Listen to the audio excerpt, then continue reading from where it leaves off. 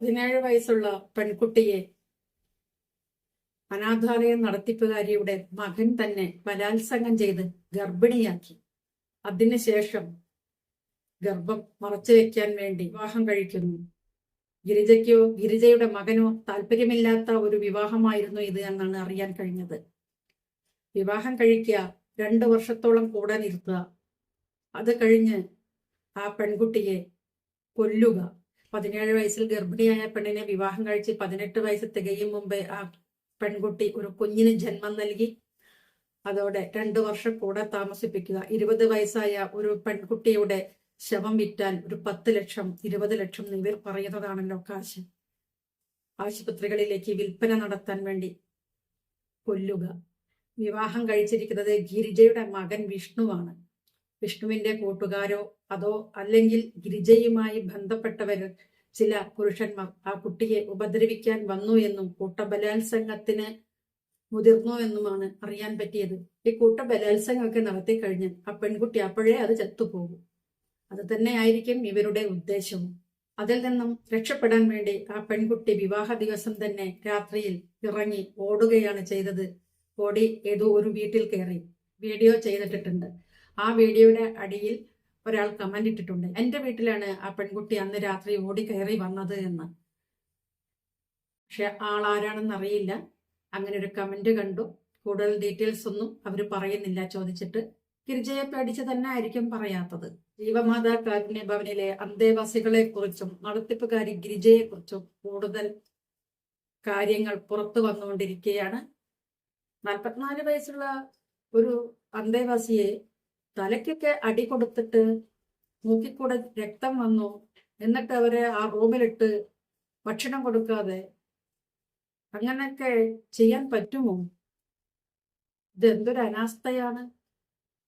ഒരാളുടെ ജീവനെ നിങ്ങൾ അങ്ങ് എടുക്കുകയാണല്ലേ. ഒരടി തലയ്ക്ക് കൊണ്ടാൽ ആർക്കായാലും ബോധം പോകും. എന്താണെന്ന് സംഭവിച്ചതെന്ന് പറയാൻ പറ്റാത്ത വിധം, അവർ സംസാരിക്കാൻ പോലും പറ്റാത്ത വിധം അവർ ക്ഷീണിതയാകും. അവരെ പിന്നെ മരുന്നും ഭക്ഷണവും കൊടുക്കാതെ അവർ മരിക്കാൻ അനുവദിക്കുക. അതാണ് ജീവമാതാ കാരുണ്യ ഭവനിൽ സംഭവിച്ചത്. 44 വയസ്സുകാരി നസീമ മരിച്ചിരിക്കുന്നത് തലയ്ക്ക് അടിയേറ്റാണ്. നസീമയുടെ ശവസംസ്കാരം എവിടെ നടത്തി? ആ ശവം എന്തു ചെയ്തു? ഗിരിജയാണ് ഇതിന് ഉത്തരം പറയേണ്ടത്. ഗിരിജയുടെ മരുമകൻ സുജിത്തും. ഇതുപോലെ ഒരുപാട് അനാഥാലയങ്ങളുണ്ട്. പലരും കാശ് കൊടുത്തിട്ടാണ് ഈ അനാഥാലയങ്ങളെല്ലാം മുന്നോട്ട് പോകുന്നത്. നമ്മളെ പോലെയുള്ള സാധാരണക്കാരുടെ പൈസ കൊണ്ട് തന്നെയാണ്. 1-2 സ്പോൺസർമാർ വന്നതുകൊണ്ട്, ഒരു നേരത്തെ ആഹാരം കൊടുത്തത് കൊണ്ടോ ഒരു അനാഥാലയവും മുന്നോട്ട് പോകില്ല.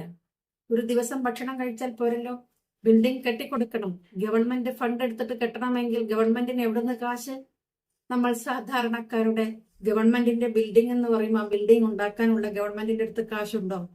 ഗവൺമെന്റ് എന്ന് പറയുന്നത് ജനാധിപത്യ ഭരണമാണ്.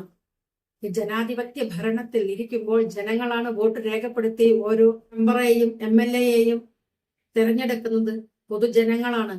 പഞ്ചായത്ത് അടിസ്ഥാനത്തിലും മുനിസിപ്പാലിറ്റി കോർപ്പറേഷൻ അടിസ്ഥാനത്തിലും വോട്ടുകൾ രേഖപ്പെടുത്തി ഒരു ജനപ്രതിനിധിയെ തിരഞ്ഞെടുക്കുകയാണ്. ഈ ജനപ്രതിനിധി തന്നെയാണ് മുന്നിൽ നിന്നിട്ട് ഈ സ്ഥാപനത്തെ ഇല്ലായ്മ ചെയ്യാൻ വേണ്ടിയിട്ട് നടത്തിയിരിക്കുന്നത്.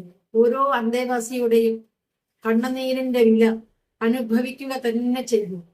അല്ലാതെ ഇത് വേറെ എവിടെയും പോകില്ല. ഓരോ ദുഷ്ടപ്രവൃത്തികൾക്കും നിങ്ങൾ ഓരോരുത്തരും അനുഭവിക്കണം. അനുഭവിക്കാതെ പോകില്ല. ഈ ഭൂമിയിൽ നിന്ന് പോകുന്നതിന് മുമ്പ് നിങ്ങളോ നിങ്ങളുടെ മക്കളോ അവരുടെ മക്കളോ ആയിട്ട്, ഞാനും ഇതുപോലെ ചില അനാഥാലയങ്ങളിലൊക്കെ വളരെ കുറച്ചാണെങ്കിലും നമുക്ക് പറ്റാവുന്ന രീതിയിൽ ചില അനാഥാലയങ്ങളിലൊക്കെ പോയി അന്നദാനം നടത്തിയിട്ടുണ്ടായിരുന്നു. അവിടെ പോയപ്പോഴൊക്കെ നല്ല രീതിയിൽ തന്നെയാണ് കണ്ടത്. പക്ഷെ നമ്മൾ ഈ പുറമെ കാണുന്നതല്ല അവിടുത്തെ അകത്തിരിക്കുന്നത് എന്നുള്ളത് ജീവമാതാ കാരുണ്യ ഭവനെ കുറിച്ച് വാർത്ത വന്നപ്പോൾ മനസ്സിലായി. അനാഥാലയങ്ങളിൽ പോയി 1 രൂപ പോലും ആർക്കും കൊടുക്കില്ല. അതിലും നല്ലത് നമ്മുടെ വഴിയോരങ്ങളില്, റോഡുകളില്, ബസ് സ്റ്റാൻഡ്, റെയിൽവേ സ്റ്റേഷനുകളിലൊക്കെ ഇരിക്കുന്ന ആർക്കെങ്കിലും ഒരു നേരത്തെ ഭക്ഷണം വാങ്ങി കൊടുത്താൽ അതൊരു പുണ്യമായിരിക്കും. ജീവമാതാ കാരുണ്യ ഭവന്റെ നടത്തിപ്പുകാരിയായ ഗിരിജയും മകനും ഒളിവിൽ പോയിട്ട് ഒരാഴ്ച കഴിഞ്ഞു. ഇതുവരെ പോലീസിനോ മറ്റുള്ളവർക്കോ ഇവരെ പിടിച്ചുകൊണ്ടുവരാൻ പറ്റിയിട്ടില്ല. കാരണം രാഷ്ട്രീയപരമായും അല്ലാതെയും ഗിരിജയ്ക്കുള്ള പിടുത്തം ചെറുതൊന്നുമല്ല എന്ന് ഇതിനകം തന്നെ മനസ്സിലാക്കാമല്ലോ.